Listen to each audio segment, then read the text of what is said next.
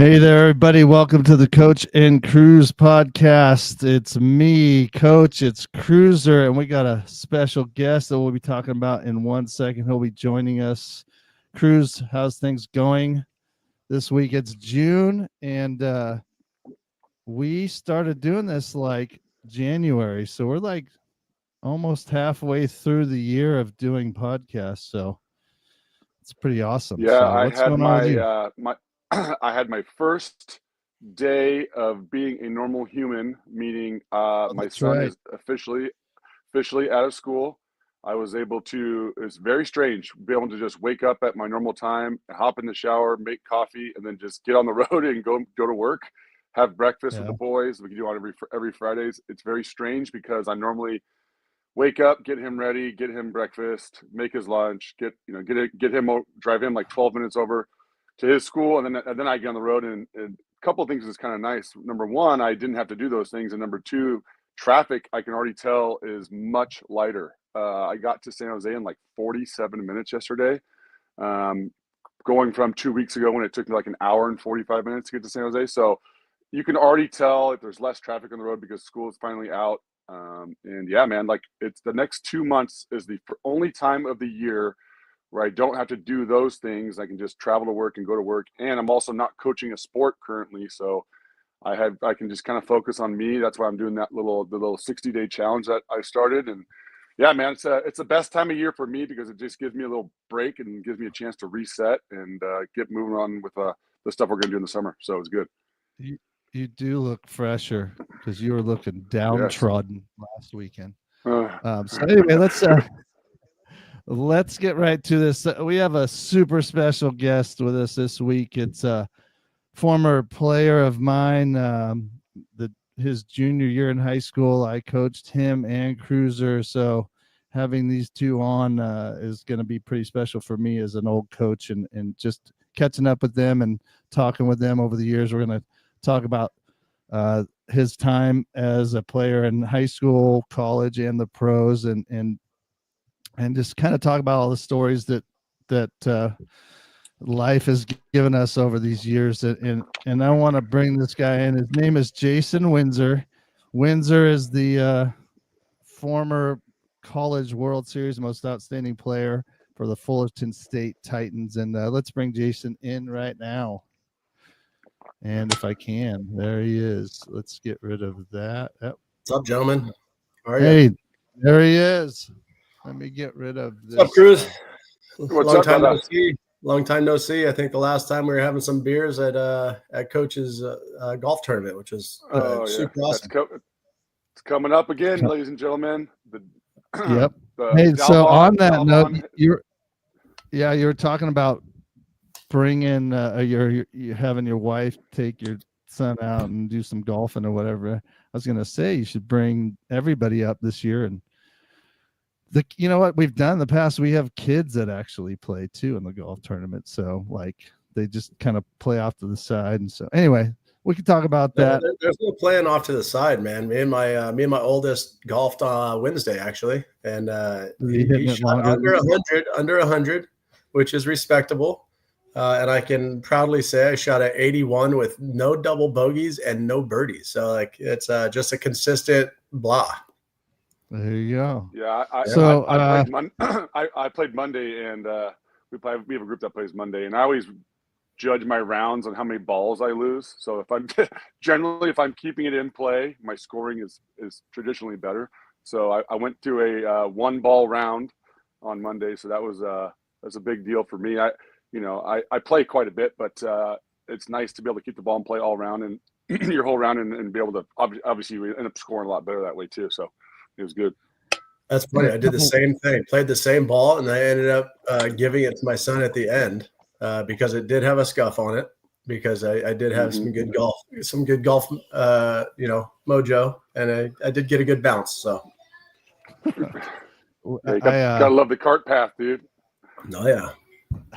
In a couple weeks, I'm playing a course in Kauai that supposedly got the most ocean holes in the world.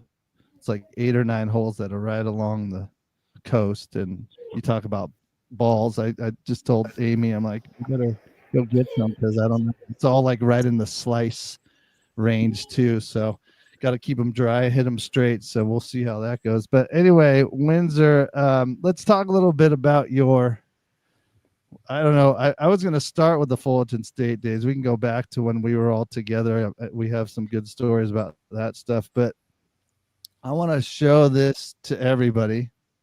Let's see how this works. I'm going to add this thing to the stage. So you might recognize this. There's all a surprise.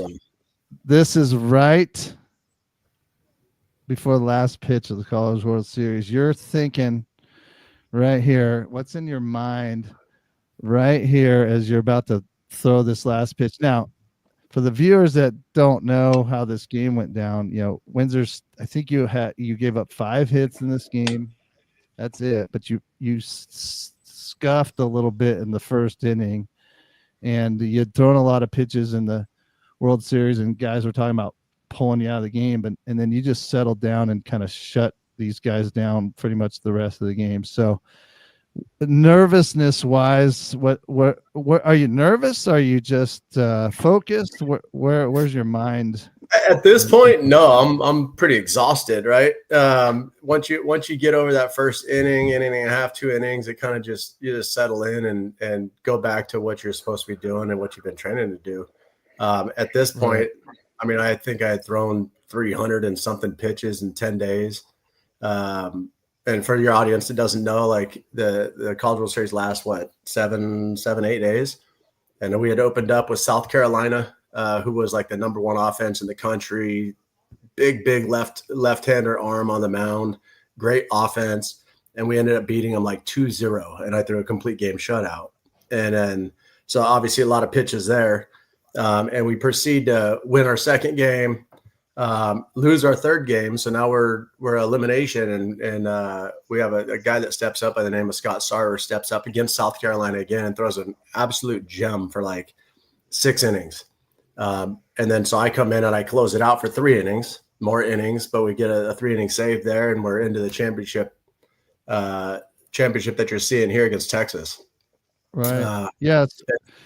Well, I didn't pull it up. I got to go find it, but I looked at how much you threw in the World Series, but you also threw a lot in your super regional. And I mean, you were a horse for us when I was coaching you, and there was a story I read about you guys playing Long Beach State and how you threw a 10-inning game against those guys as well. So you threw so much, and I want to talk about that, how it affected your career in the end, so to speak, and we'll get to that. But this, I want to just kind of play this last little out here for anybody who's new to you and never heard of you, and this is what you're all about here right towards the end of your college days. So let's play this here.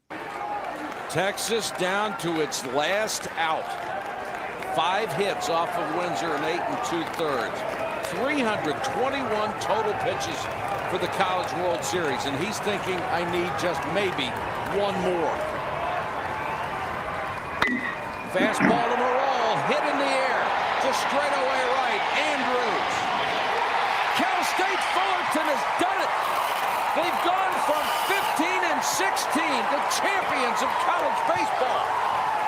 So how the heck did that feel right there? I mean, I got goosebumps right now, so I couldn't imagine thinking back 20 years ago. So do I. It's really bad. Man, well, it's a trip. I look back, and actually, even I've seen that with I've showed my kids that same video in full length, and I can't even believe in the first inning that I didn't get pulled out of that game. Right? I mean, it was one hurdle after another, throwing balls, getting behind the count. Just well hit balls. And I don't think we really had much depth that year. So it made the decision a lot easier on the coaching staff to just kind of stay with me as long as possible. Because it was honestly, I was a senior. It was my last appearance. I was done after that. I had already been drafted.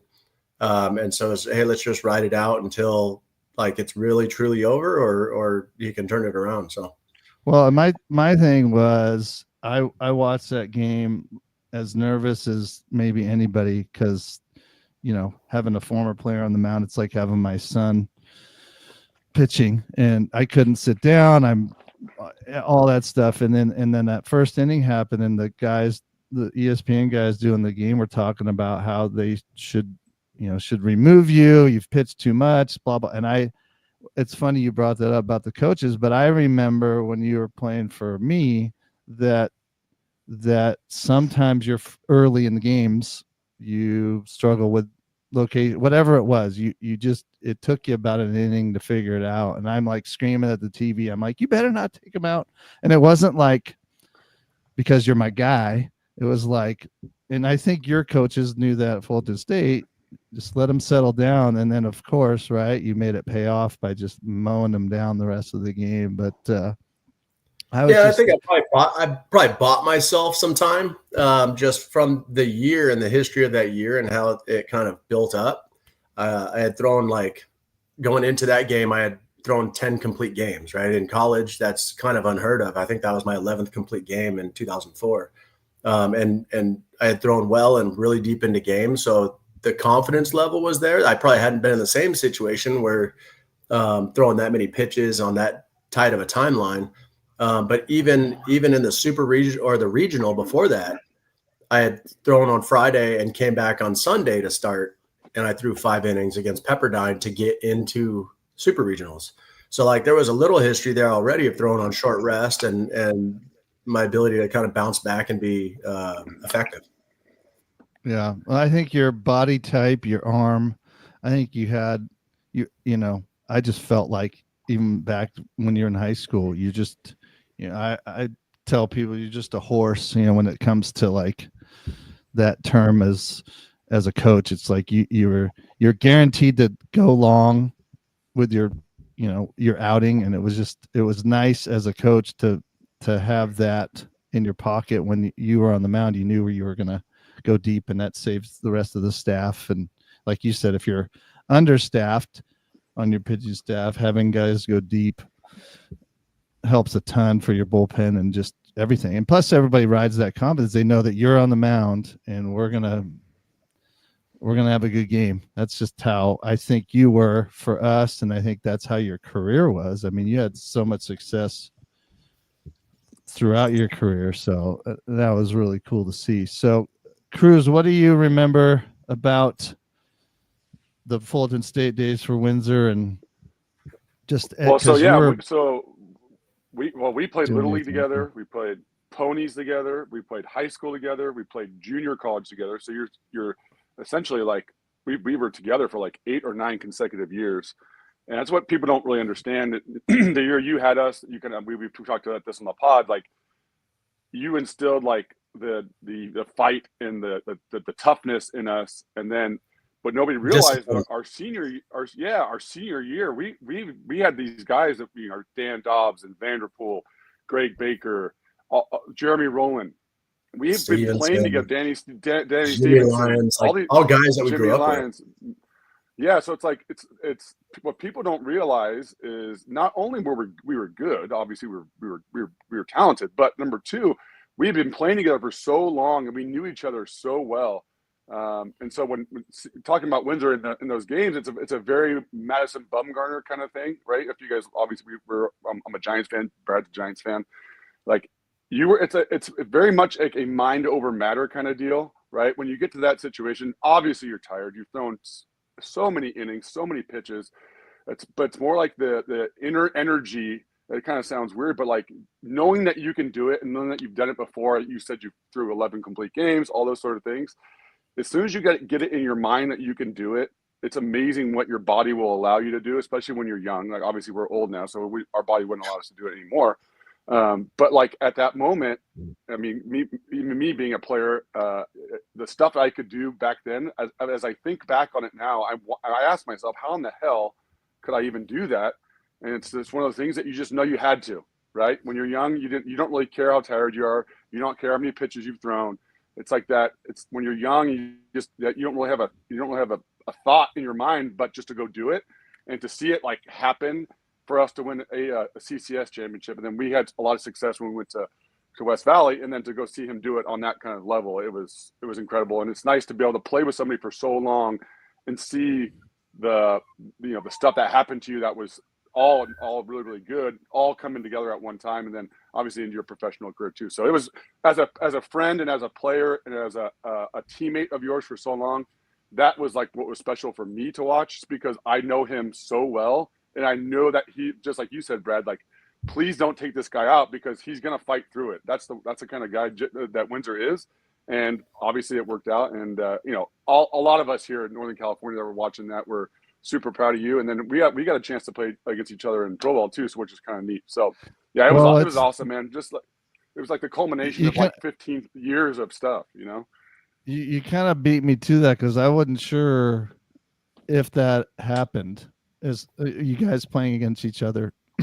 How did that give me and our listeners post college professional? How did that go down? Who you were playing for? All that stuff. He was in Stockton. I was in Bakersfield in the Cal League. And I believe he was set to start against us, but then he was on the DL. I want to say. Do you remember, Jay? I forget. I think so. Yeah.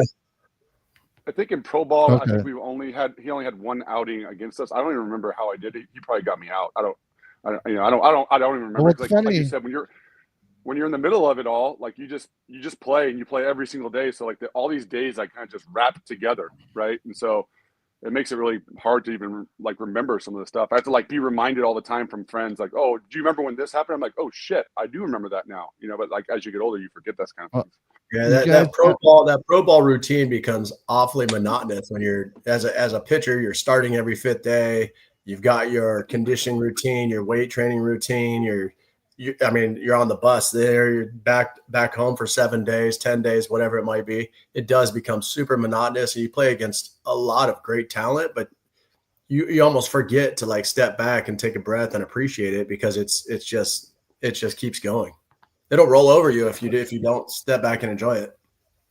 I was just wondering. I'm going to bring this up right here. I was going to wonder who would have won this matchup right here in your prime. Let's set this up here. I'm going to let you both have a chance to answer that question. I'm going to give Cruiser 4 plate appearances against prime Windsor against prime Cruiser. Okay, let's go with Cruiser first. What are you doing in your 4 at bats? What do you think you're going in both, like the hottest you ever were pitching and hitting? What's happening, Cruz? Well, he's definitely not going to walk me, so that sucks. First of all, the idea is this. I always told people this, and it's fun. It's funny because people always say, like, what's your ideal day? Well, my ideal day is you're trying to get 4 plate appearances, right? I'm trying to walk once, and I'm trying to get 1 hit. I'm going to try to go 1 for 3 all day long. The problem with this is Windsor would not walk me, so I would say I would go 1 for 4. I'd probably hit like a ball in the outfield for a base hit. I would definitely ground out early in the count, because I'm trying to put the ball in play and not strike out, because I definitely don't want him to strike me out. But I know in the back of my mind he's not walking me. So I'm going to say I'm going 1 for 4. I would like to go 1 for 3 with a walk, but he probably isn't going to walk me. So I'm going 1 for 4. He might like maybe hang a changeup or throw a fastball early in the count that I might jump on and get 1 hit. Even in my best year where I won the MVP, I hit 300. It's really funny because I always tell people this. Like when I was young, we all did. We hit like 400, 500. I think I hit like 470 my sophomore year JUCO. And then when you go to a full season, you're talking about the monotony of what pro ball brings. I ended up hitting 309 in my best year, and I swear to you, it felt like I hit 600. Like it felt like I've hit 500 before, like in a shorter season in JUCO or whatever. To hit 300 for 140 games when you're playing every single day, it is so difficult. And so, like just when you think about it, and you look back on it. I remember like a week left in the season, and I'm hitting like 308. And I'm thinking to myself, I'm the guy that goes home every night and is like, okay, if I go 0 for 12 here, I'm hitting 299, and I am not going to be happy. So please let me get to the finish line by hitting 302. Like, please, So, yeah, I think I'd go 1 for 4 is where I'd go. I was going to put you right on par there. I'd go 1 for 4, probably a fly out to a warning track one of those outs. Probably a heavy dose of changeups. I'll probably get them to roll over once. And yeah, for sure. And I'd mix a strikeout in there because at my prime Windsor, I was developing a pretty decent slider, and I could probably slide in a punch out in there too. No doubt. There's going to be a hit mixed in, whether it's a hard line drive up the box or a double in the gap or something, but something was going to be hit hard for sure. I want to talk about your pitches too, because when did you had a pretty good array in high school. You threw a changeup, but I noticed though as your career progressed, your changeup was so deadly. And I think that my biggest thing, I don't know what you remember if I even told you this, is I've always big, even with like when I coached my kids in Little League, like put the ball over the plate. Let's get out of here. Use your defense. I don't care if they hit it hard. That's why you got the other guys to help you. And I felt like your biggest strength was that you threw all of your pitches like for strikes pretty much whenever you wanted. So kind of go through like your progression of like when you learned these pitches and when that started, the strike throwing really started to happen. Yeah, there's actually kind of a lot to unravel there, because at a very early age, I learned that I didn't have devastating stuff, right? So I had to pitch to contact, I had to get ahead of the count, and I had to work ahead of the count to get the hitter on his back leg and off balance. So at a very early age, I learned to throw strikes and compete in the strike zone, because I always found that if I fell behind in the count, the hitter was going to jump on something. He knows I was going to come in the strike zone, even though, in the back of his head, he probably knew, because I didn't really walk many guys, that I was going to throw strikes. But if I could throw 4 pitches for a strike, he didn't know what was coming, right? And I would often cross count guys and just keep them off balance. So, I would always try to get ahead, whether it was, no matter what it was, and it didn't have to be a perfect pitch. So 4-seam fastball, 2-seam fastball, changeup was obviously my best secondary pitch, off-speed pitch. And I didn't throw a slider until later on in my career. Like I didn't even throw one in college, really, maybe dabbled with it. So it's just fastball, changeup, curveball. And my curveball was fairly weak. It was a get me over, kind of show me pitch. So it was really fastball, changeup, and well-located pitches. Yeah, well, I think the idea, too, speaking like from like the hitter standpoint, if you can throw change-ups and other secondary pitches in fastball counts, number one, hitters are looking for fastballs and fastball counts. If you throw a changeup in that scenario and it's a good pitch and it's over the plate, I'm probably going to put it in play, and I'm probably going to put it in play weekly, right? That's the idea. It's like, as a hitter, I've always wanted to get in a fastball count and look for a fastball. Well, if you're able to command your changeup and your secondary pitches in fastball counts, you're not only going to get swings, but you're going to get weak ground balls and other other things that's going to help the pitcher out. And a couple of things happens. Number one, it keeps your pitch count much lower, so you're able to go deeper in games, as we just talked about. And number two, that you're able to stay in the game for a longer period of time, whereas some guys will throw 95 pitches in 5 innings. Well, Jason would be, he's at like the 65 pitch mark through 5, and that gives you a chance to be able to throw that complete game or go really deep in a game. And it's because he's able to throw his secondary pitches for strikes in generally fastball counts, because the guys are, like I said, they're going to swing at them and they're going to put them in play and put them in play weekly, which gives you easy outs and then allows you to go longer in games. Yeah, and I'll add to that. It's frustrating, right, as a hitter, because I hit all the way through junior college, so I know what it's like to suck at hitting too. But like as a hitter, you go and you're ahead of the count, you're in a hitter's count, and all of a sudden you have a weak ground ball for an out, and you're going back to the dugout kind of pissed off, but you also don't know how to fix it because you saw fastball. And so you're talking with the other guys, like, what'd you see? Well, I saw a 2-0 changeup, and I just hit it 3 miles an hour back to the pitcher or to the shortstop or something in a plus count for him. And then all of a sudden, everybody kind of is not comfortable in the box with what their approach is. So they're changing their approach throughout the game, just not knowing what's happening. And they become reactionary instead of kind of like a proactive approach. Well, on that note, when you talk about the hitters and thinking, what the count is and whatnot, what was the best scenario for you as far as how a game was called? My story, about you in particular was your first game that I pitched you that I remember. I called the game.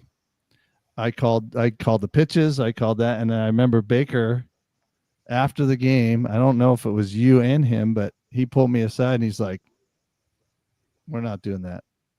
He's like, "I want to call the game," and I'm like, "Okay."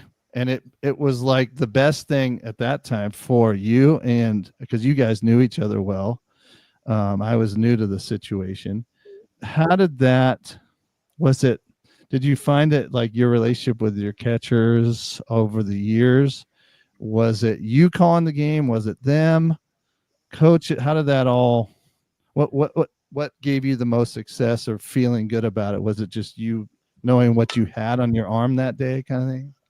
Yeah, it's feel, right? It's like your confidence level. And I was kind of always brought up that a pitch call was a suggestion to the pitcher, right? And ultimately, if the pitcher's not comfortable throwing something, his asshole's going to tighten up, his grip's going to tighten up because he's not confident in that situation throwing that pitch. So it doesn't matter what the pitch is. The best pitch is going to be the one that he's most confident throwing in that situation, right? So I was always raised, hey, if you want to throw another pitch in another situation, shake to it and throw it. And if you've proven over time that you constantly do that and get beat, well, then maybe we should go step back and reevaluate what you're trying to do, right?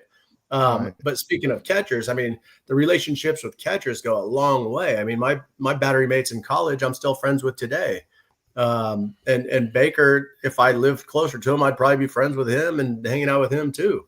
But just having that experience with your catcher and them knowing how your pitches react, what they look like that day, I think that they would know a lot more than a coach calling pitches.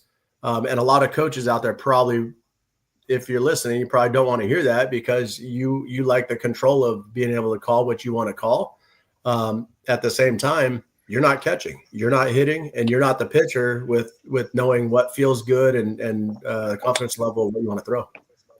How big was it at the time? I know you guys are old men now, but the analytics of it, right? Now it's like you have all these pitch charts and pitch algorithms and those kind of things. I don't know how it was. Was it just kind of starting out when you guys were playing, and then how was that used to give you the confidence to do what you just said, or were some teams like, no, you're going to throw the pitches because this hitter is such and such with this count or whatever? Was that did that technology piece kind of play into So in high school, I don't think we had the resources or the time dedicated to it to have any kind of data, right? I mean, it would only be like, hey, I played against this guy before. I know he really can hit a fastball type of thing, just in conversation.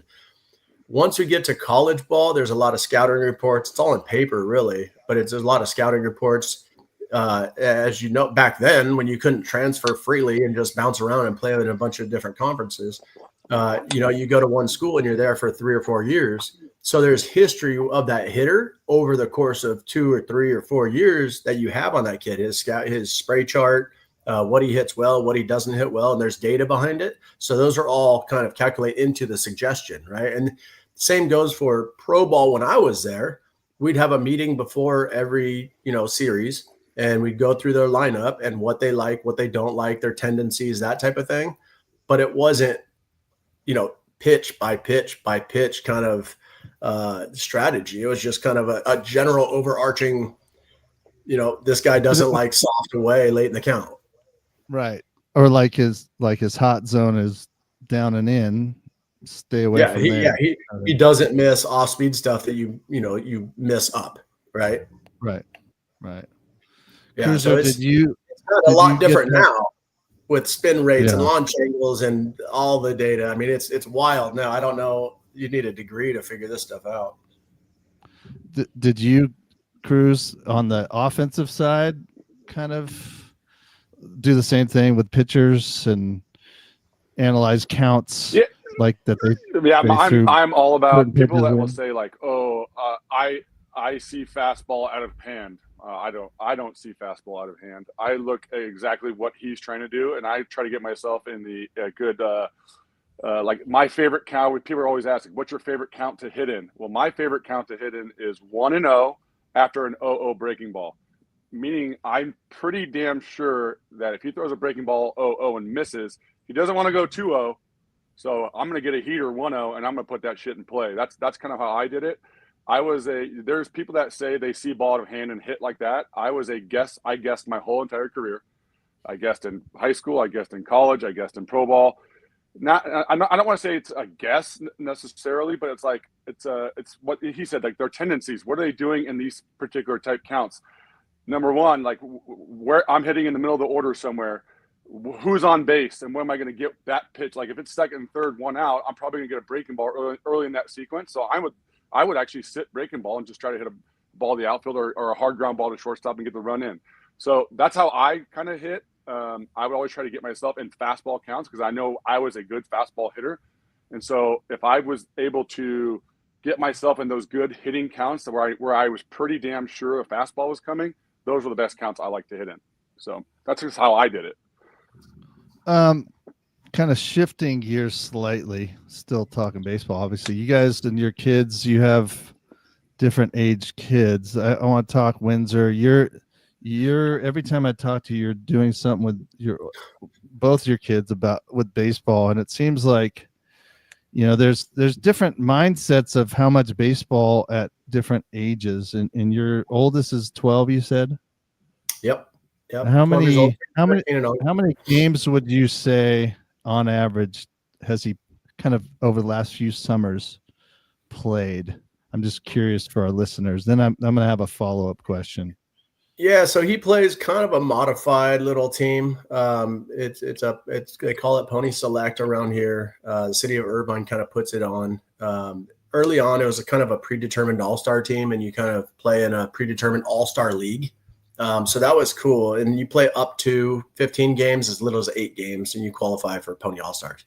So we did that because of the insurances, the field access, all the things that came with playing under a league. But then we subsidized our schedule with playing USSSA, Perfect Game, Triple Crown, whatever it might be, all these tournaments that are all over the country. And so I would say on average over the last 3 years, they've probably played somewhere between 65 and 70 games. Yeah, it's crazy how much. Yeah, it's crazy how much more they play, because when we played, it was weird. You play your high school season and then you play, your all-star games, but it was like a set amount. Now I've coached with Trotsky baseball for a long time. I'm not doing it anymore because my son's now playing. But like how many more games these guys play than we used to play, and it felt like when we played a lot.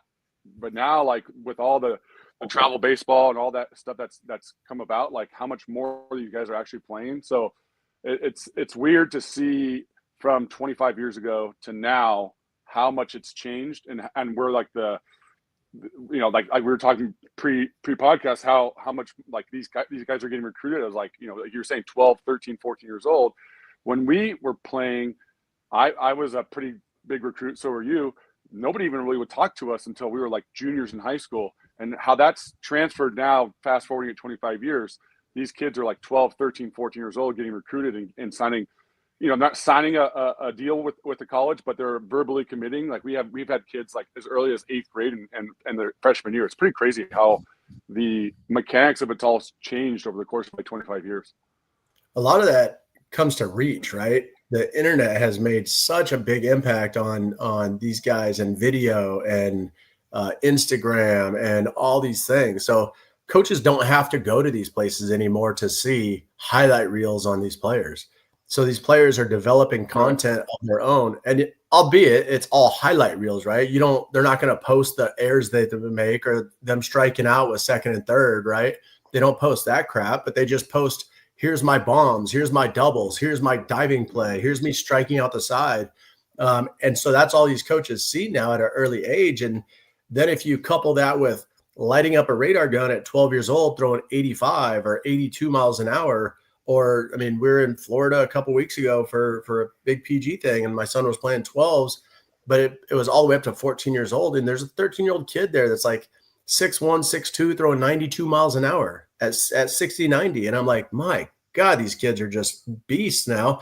And you just hope that they can stay healthy long enough to like see some of that through, like be able to go to college, be able to play professionally, like exhaust every opportunity they have instead of getting burnt out at a young age. Yeah, well, I was always telling, I always thought this too. People always ask, like, what did you want to get out of your career? Well, obviously I wanted to get to the big leagues. Didn't happen, but I wanted to be able to be at a point where my career is over. Because people are like, oh, did you retire? I'm like, no, I didn't. Retiring is willingly stopping playing, right? I would have definitely played longer if I had the opportunity to, but I wanted to be comfortable with what I did over the course of my career and then be content with it while still being able to go play golf and play catch with my son and coach all those things. And so for me, being able to be in the spot that I'm in now and be able to do the things that I need to be able to do as a 43-year-old adult, that was like kind of it was kind of like a light bulb went off later in my career. Like, man, this is really difficult. I still can do all the things I want to do. And I'm very, very content with my career being over, not like retiring, as people will say, you know? Yeah, and you want your kids. I mean, having 3 of them, 2 of them are, playing baseball in my circumstance, and I think they want to play high school and they want to play college and they want to have the opportunity to go on and play. And it starts with being able to do that with their health and with their arm health, right? And so we have a really, really good coaching staff on our team. I mean, outside of this year, all 12 kids pitched. Historically for every, and no kid, I don't think until like a championship game in the Pony World Series, I don't think a kid pitched more than 2 innings, right? Like in a day, and then maybe 1 inning the next day or something like that. So it got spread out, and you see some coaches really tax guys' arms like pretty bad. And it's almost embarrassing to the game, and it's really not good, I don't think, for the kids. But it comes down to the parents' education, the parents' willingness to let their kid go out there and do it. And that's all controlled at that team and that family unit, and they can do whatever they want. But I think the game it's grown so much in youth that it gives these kids so much fun opportunity to travel places and do things and play against really good competition that, as Kreuz said before, when he and I were growing up, it was 18 game or 24 game high school season. Then we'd go play maybe some pick me up ball games on the weekends for like, I forget what, like post 417 or whatever, just get kids together and, but we might maybe play 30 or 40 games at max. Yeah. Well, you guys hear me? Yep. Yeah. Okay. I feel like that's all good. I just feel like what you're talking about with kids playing in high school, I wonder, if burnout could happen. Obviously it could, but like quicker. And also like the love of the game. You talk about if you want to go and play a long major league career, there's kids that get to a certain point in various sports, right, where they've played so much up to the point they get to high school and they're like, here comes some pretty girls, and here comes the lake, and here comes the beach, and here comes these other things that are different because they've been locked into spending so much of their time, in the game, whatever game that is, that they miss out on some of that. And if they get a little bit of taste of that and their friends are doing other things, that like maybe they get pulled away or they don't take it as serious as they did, so their game drops off a little bit. So I just think you talk about it, I think your guys' balance of not playing so much when you did probably actually helped you in the long run. And I don't know if that's still the case. I think the guys that end up in the bigs and these big time players, they were big time just because they're big time athletes. They're the ones, right? It's the scuffing people that are pretty good at it, that work hard to get good at the game. They got to work hard at it, and that takes them away from, life in general as well too. So I don't know what you guys think of that. I know we've kind of talked about that Windsor, about how much your sons have played, and do you think there's a little bit of that other side of it too, as far as burnout goes? I wouldn't say so. So, like my circumstance right now, my son is 12 years old. He plays on a 13-year-old team, and they play a lot of 14-year-old tournaments using BB cores and stuff. So he's overwhelmed when it comes to playing BB core 60, 90 at 12 years old because he's 102 pounds trying to swing a drop 3 BB core, right? And kids are 14 throwing whatever 82 to 85, 80, whatever. And so that's overwhelming, and that's almost like training, right? Like you may not want to wake up and go, but you still love playing it. You still love doing it. You love how it feels afterwards. And then he gets to go play his own age at 12. And that's like being 4 years old or 6 years old at Chuck E. Cheese. Like you can't get enough of that because now you're swinging a drop 8 and the fields are smaller and kids aren't like just super athletes and supreme athletes. But going back to what you were saying before about ancillary things, kind of like getting, interrupting somebody's path. I mean, I don't think that's changed at all. I think Kreuz can probably validate. I don't think maybe he or I were the best guys we ever even played against. And especially at those ages, we played with guys, our friends that were probably more talented at a young age than us. And they decided to go a different direction, which is probably like, and we could have done that too, but it was just a priority that we both love the game. And these guys maybe didn't like the game, or they like girls a little bit more. Or they like, getting into some other stuff a little bit more than what he and I kind of chose to do. Yeah. Well, that's a fair point for sure. And that again, that also separates you guys. Right. Yeah. Yeah. I don't ever remember like us being like, oh, I don't want to play today. Like we always that's all we really knew was to play. Right. And so I remember, this is crazy, and going from being super successful at junior college and then going right into my professional career, and I could have went to LSU, and it was a pretty tough decision I had to make. Anyway, I'm in my first short season in the Gulf Coast League, which is in Florida, and I'm there for like my first 4 or 5 weeks, and I'm thinking to myself, what in the fuck did I just do? Why didn't I go to college? It's not like you're playing professional baseball, but like when at the very, very low levels, you're playing like at noon, and you're playing on side fields, and so it's like it kind of almost feels like summer ball in a way. When until I went to my first spring training, that's when it felt like I was playing professional baseball, because then you see all the big league guys at spring training. But the first 3 or 4 months, I found myself like seriously crying. I was like 19 years old playing professional baseball in Florida by myself. I flew across country wanting my mommy and my daddy, where all my buddies at. And so you kind of just sort of just figure it out as you go.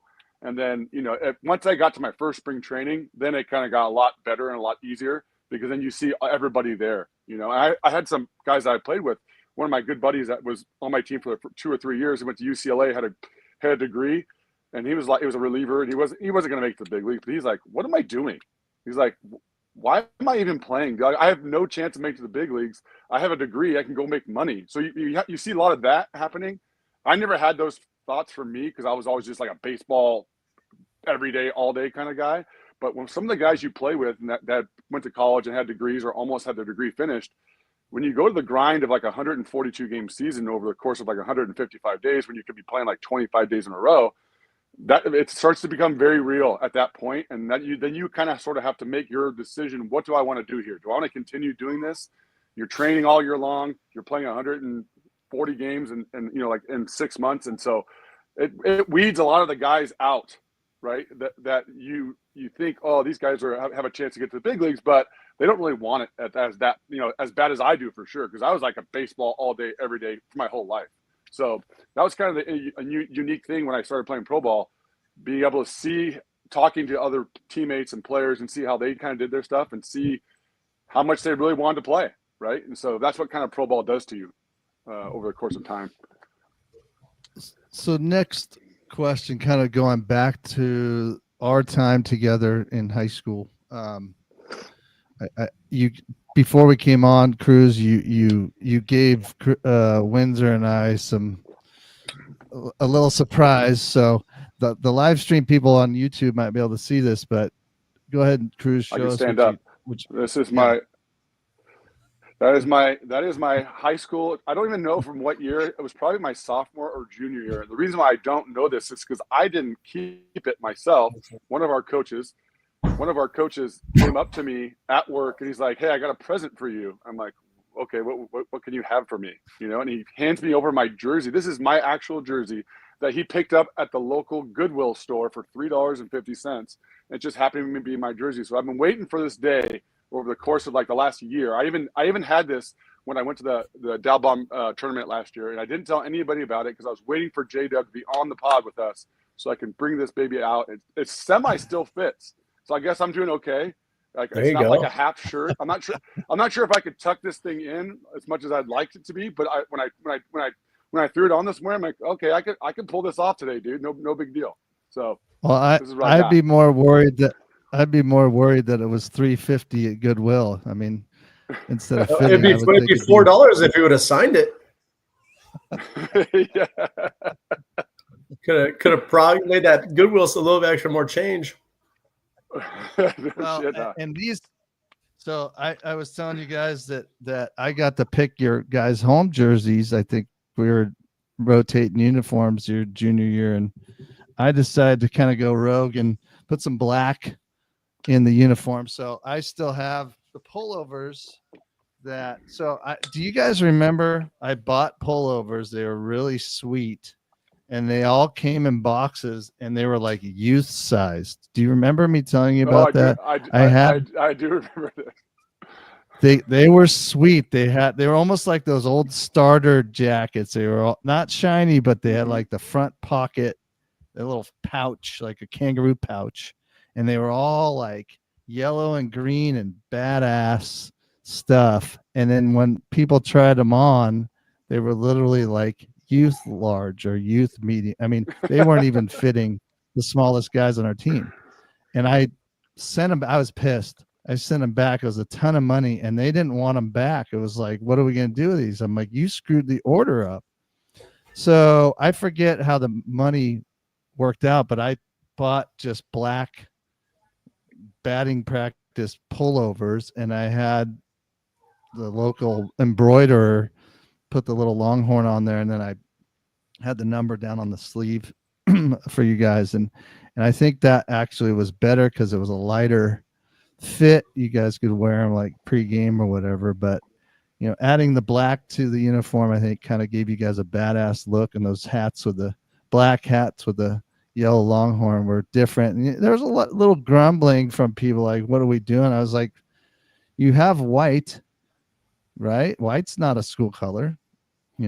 Black could be the opposite, and let's look badass and go play badass, and that's what we did. So that's my little cloth story. It's funny that was your surprise because I was going to pull. And we ended up hanging on to it. Like you only coached us for 1 year, but I think we ended up hanging on to it, and we won the CCS championship wearing white and black uniforms the following year. So you got a legacy. Oh. There it is. Well, and that's funny too. I always tell people, and this, I'm not saying this just because we do the podcast together. Even though you weren't our coach our senior year, we won CCS. You were with us. The stuff you instilled in us, because we were just a bunch of good playing young punks, like my freshman and sophomore year. And what the reason why we got so good our senior year is because of what happened our junior year, and it like totally rolled into what all of our success for our senior year, which ended up being a Division I CCS championship. We beat 3 Catholic schools, and I think we were like the first public school to do so. So I tell you this all the time, but a lot of the kudos needs to be thrown your way because of what you instilled in us our junior year to make us as successful as we were our senior year. It did. It really brought it back to the basics of accountability, and I mean, it really comes down to that, right? And if a team is not holding up their end of the bargain and being accountable for showing up on time and doing things the right way, I don't think that team ever wins. And that's kind of what the team learned. We had the talent, we had the camaraderie, we had the friendships already built, and the history of playing together and growing up together, but it was missing something, and that's what it was missing. So once we got that piece, it kind of all culminated into a really good team that could come back and play together well and do things the right way. So kudos to. Yeah, it was like this coach Dalbon's kind of a dick, but he's kind of cool at the same time. You know what I mean? Like, wow, why is he yelling at us? But then, like, fuck, man, this is actually pretty good. You know, this kind of works. Remember, too, I didn't have any assistant coaches, so I was kind of the judge, jury, and executioner. And I got a couple really fun stories. I think I might have told you guys maybe separately, or maybe not even this one to you, Windsor, but I remember this is the days before cell phones. I know that's wild, right, for the listeners out there, and us doing a podcast, these weird things podcasts. We're in the coach's office, and Baker had to call his parents to come pick him up after a game, you know, because that's kind of what you had to do. To communicate, you had to go find a phone and call and get your ride and all that stuff. And I remember it was just him and I in the coach's in the PE office, and I'm doing whatever. I'm just standing around waiting for him to do what he's got to do. And, you know, as a coach, you don't leave until everyone's gone. So Greg's probably the last guy out, and he's on the phone, he's dialing, and I'm kind of off to his left. And he's as he's waiting for whoever to pick up on the other end, he turns and he looks at me. He goes, you know, we wouldn't be doing what we're doing if you kept all those guys on our team. You know, because I had kicked off a bunch of guys of the team, and then he turns back and he goes into his call, and it made me think, right, like how important it was for you guys, because the reason I did all that was because of the core guys that were there that were gonna believe, and you get rid of the riffraff, and the rest of the guys are gonna come together. And it I don't know if it clicked in that moment for him. He, as a young kid, he realized, and he got off the phone, and I turned back to him like, I did it for you guys. That was my answer to him.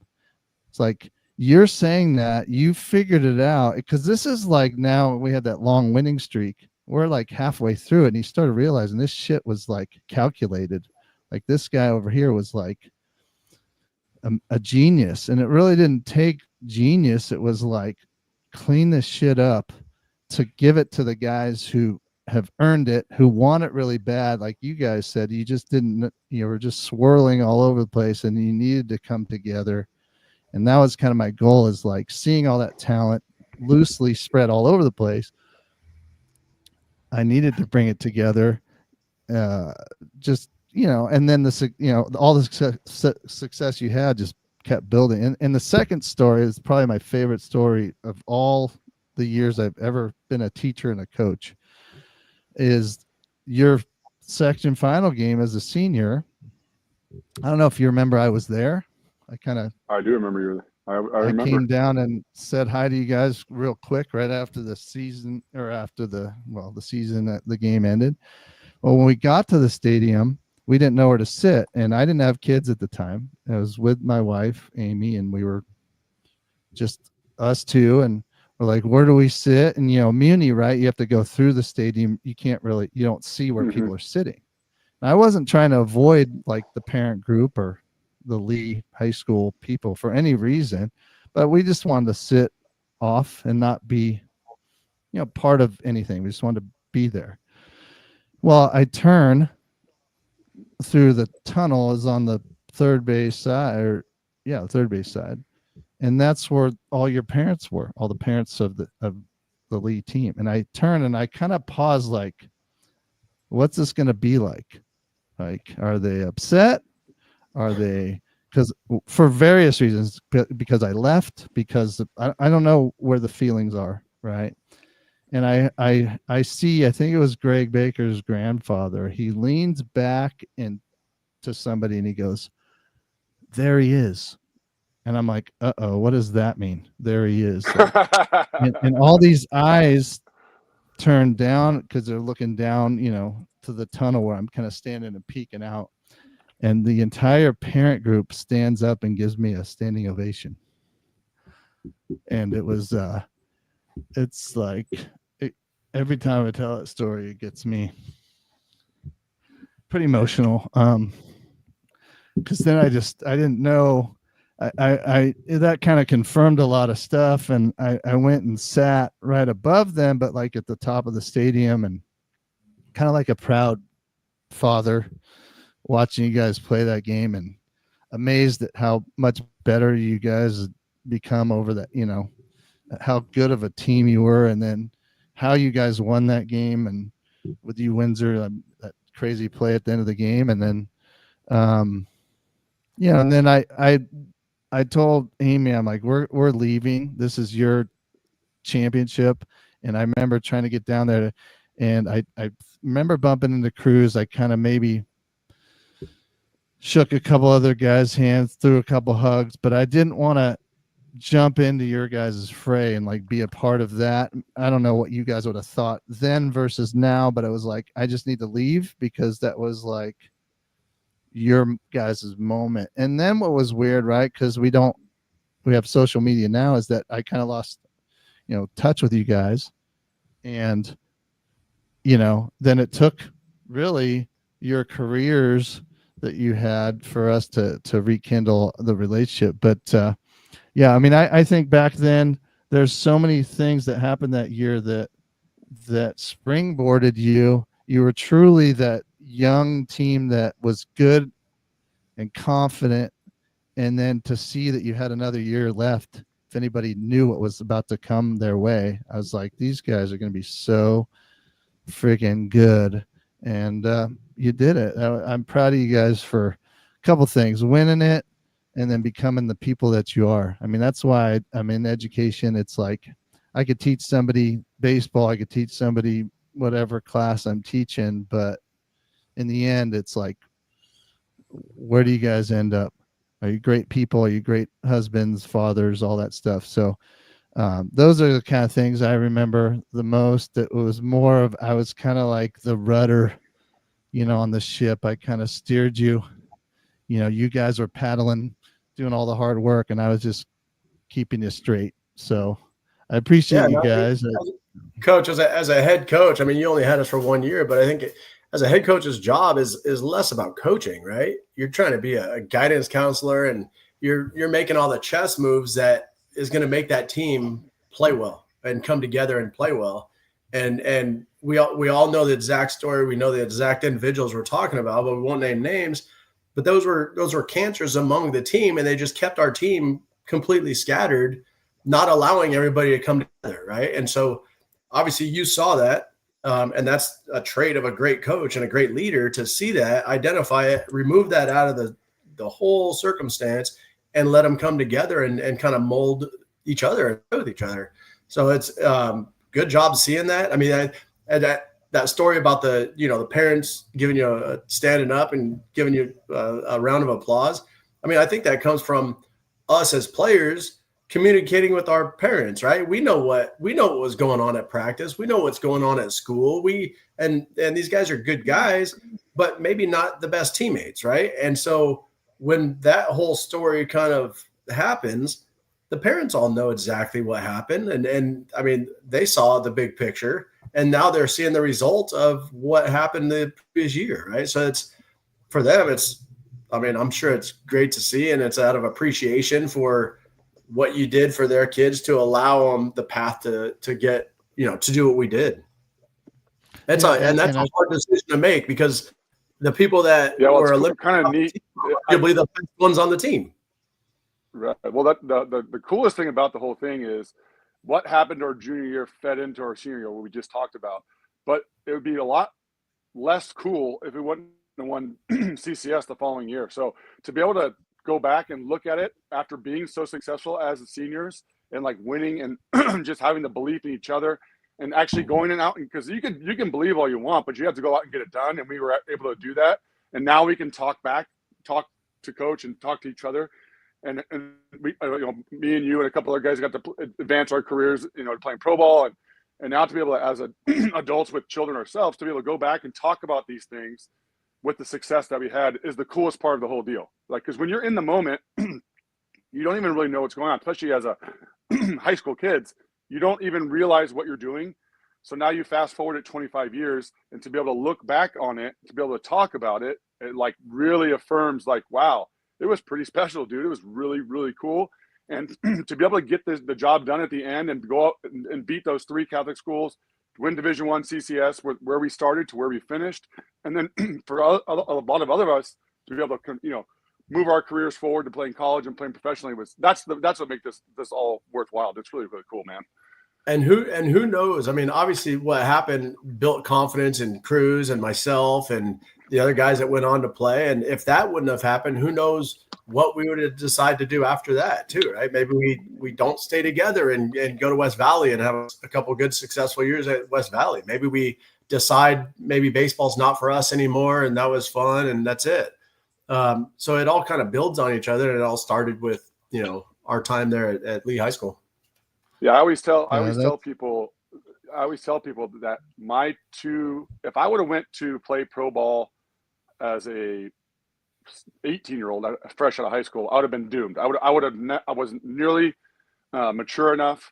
What happened our junior and senior year springboarded us to be able to go to JUCO and grow up a little bit and get on that path. And then those 2 years, I always tell people my last 2 years of high school, my first 2 years of junior college made me the person that I am.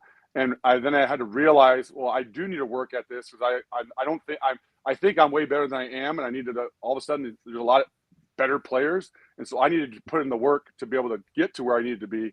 And so the last two of our junior and senior year and our freshman and sophomore year at West Valley, those are the 4 years that stick in my brain, and it'll never leave me because it made me and made us the people that we are today. So, yeah, I didn't even think of what you were saying, Windsor, like how the paths could change beyond, the decisions that were made there. I was in that moment too. And you guys are young, so it's like, what are you going to become? I was just trying to clean up the moment, and then bringing this back. I never really thought of that till you just said that, how it could have, the love of the game could have disappeared or whatever. I got a perfect story for you. So you are our coach junior year. Who's our coach senior year? Mike Luna, right? Mike Luna is our head coach. He is the integral part of me even going to Cal State Fullerton. So I go to JC. Oh. Mike Luna just leaving my senior year of high school. I spent my freshman year, freshman All-American at West Valley, and he's going, hey, where are you going? We're just talking in conversation, and I'm like, I don't know, I could go here, I could go there. He goes, where do you want to go? And I said, well, I don't know, I haven't even talked to these guys, but I think Cal State Fullerton's a great fit for me. I've seen them play on TV. They're grinders. I see myself playing in that type of a team and that type of a school. And he goes, you've got to be kidding me. He was a volunteer assistant there years before that as just a volunteer. And he goes, let me make a phone call. He makes phone calls to Dave and George, and they're going, Mike, are you serious? We've looked over this guy. We haven't been any in touch. Send us over his stats. He sends it over literally in the mail, an offer to go to Cal State Fullerton. So without you moving on to be a coach at football and moving and giving up what you did junior year, we never meet Mike Luna. And I never have the opportunity to go to Cal State Fullerton. Cal State Fullerton, that whole path would have changed as well, and probably my path to the big leagues, right? So who knows if it would have gone a different direction or what would have happened, but it definitely would have been different. That's crazy. It's just amazing how that works and based off decisions and hopefully good decisions, right? And in the world with these things, it seems like that kind of karma happens when good decisions are made. They're tough, like you said. None of that stuff was fun, right? Getting rid of kids, and then dealing with the fallout of that stuff behind the scenes was obviously tough. But again, for the good of the people that were there doing it right, deserve to have that done. And again, obviously it paid off. So like I said, I appreciate you guys so much and our relationship still and following what your kids are doing. I mean, all that stuff. It's you guys are friends, and it's like we're like family, and I don't know. That's just the way I see it, and then here we are doing this kind of stuff. So, kind of full circle. But yeah, I appreciate you guys. I always tell people. Yeah, I just want to tell one quick little story. I always tell people because my son's in Little League and he's only, he's turned 7 in 3 weeks. But I always tell my parents, the moment this becomes about me is the moment I won't do it.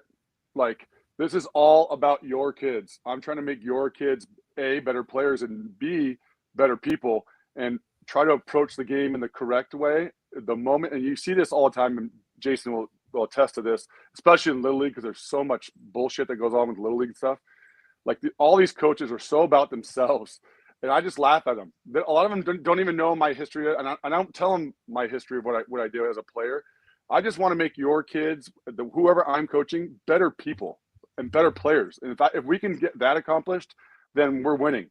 And the moment that I tell my parents that we always have a meeting before the season. I'm like, this is not about me. It's never going to be about me. It's about all your boys. And then, so that's when I coach, and I've coached at, high school and college myself. Like, I've always wanted to make it. And I think this probably stems from what you did with us, Brad. It's like, you were always about us. It wasn't about you. You have a lot. I'm sure Jason would attest to this too. Like, you've had coaches throughout your life. You're like, wow, why is this guy so fucking selfish, And so I think the reason why we are the way we are, the reason why I'm telling the story, is because of the way we were treated when we were growing up at that level of our junior year. And now I'm able to give that knowledge back to my parents that I'm coaching at a very small level of Little League, but it's still, it comes from somewhere, right? And so it's really, really neat. And as you start to think about all these things, you're like, you start to really realize, well, this is how, like, it's supposed to go, and the reason why these things are the way they are is because of what we were taught when we were young. So it's great. It's really, really fun for me and being an adult now. Yeah, it's fun to see. Like I said, it's really the reason I am in education and coaching. It's the moment is the moment, but beyond it, when you're all able to look back on it, I mean, with just regular students that I've had, with athletes that I've had, just hearing their story and then my little piece that might play into it, it just kind of you don't get those dopamine hits too often. So when it happens, you're just like, and again, the moment it might have been, I've had some of the worst students I've ever had, like, come up and thank me for being tough on them or whatever it is. And it's like, yeah, I saw what you didn't see in yourself.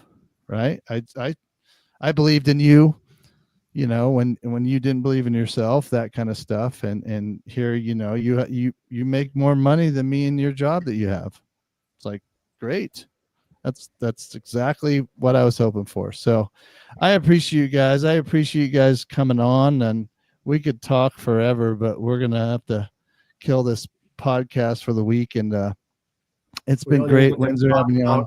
College World Series and what's going on and all these great teams and experiences there too. I mean, we'll have to do a round 2 at some point. Oh, I'm down with round 2 for sure. And maybe we could catch up. Maybe we could do it next week, but I'm in flight right now on my way to Hawaii next Saturday. So we're going to have to figure out when we pod. Maybe we could do it like before we leave, like cruises on the drive home. I don't know what your schedule is. We'll figure it out and let our listeners and viewers know, and they come back and watch and tell it, because by that time the College World Series will be set, right? Yeah. So we can. It's exciting. Have you been following it, Windsor? Yeah, there's some great teams, man. I mean, last week with the elimination of several number 1 seeds, there's some awesome teams in there now, and really good organizations, like both those ACC teams, Duke, NC. Those are super, super cool programs. We were fortunate enough. We were in North Carolina one time for some Team USA baseball stuff, and we went and we just go visit those schools, and they're just cool programs. They just let you like walk on the field and kind of look at them and check them out. And you see a big picture from a kid that's, 12 years old or 11 years old, and they get to see a big picture of like a goal, So Yeah. that's kind of what it's all about. And I mean, I'm sure local colleges and stuff will do that and allow you to kind of walk on the field. Luckily I had a name and I could email them and be like, hey, can we walk on the field? Is it open to walk on? Be like, yeah, you can walk on the field. So That's awesome. Coaches can't talk to them. It's really strange. Like the coaches can't do it, but like you could get like a student Trainer or assistant or something, to like go and walk you around and show you the facilities. But that's it's interesting. I would We have to- highly suggest as your kids get older, if you go to any big city, there's cool schools around, and you get to go kind of check out the facilities of the complex. Yeah, we'll definitely try to make that happen maybe later next week and talk about that because it definitely fits with what you went through yourself. So appreciate you guys coming on, and everybody out there, we will see you next week, and have a great week for you guys, and we'll talk offline and figure out if you guys are going to show up to the golf tournament here in October, and we'll talk more. So thanks for coming on, Jason and Kreuz. We'll see you soon. Anytime, guys. Thanks for the invite. Good talking with you guys. All right, boys. See ya. Take care. See ya.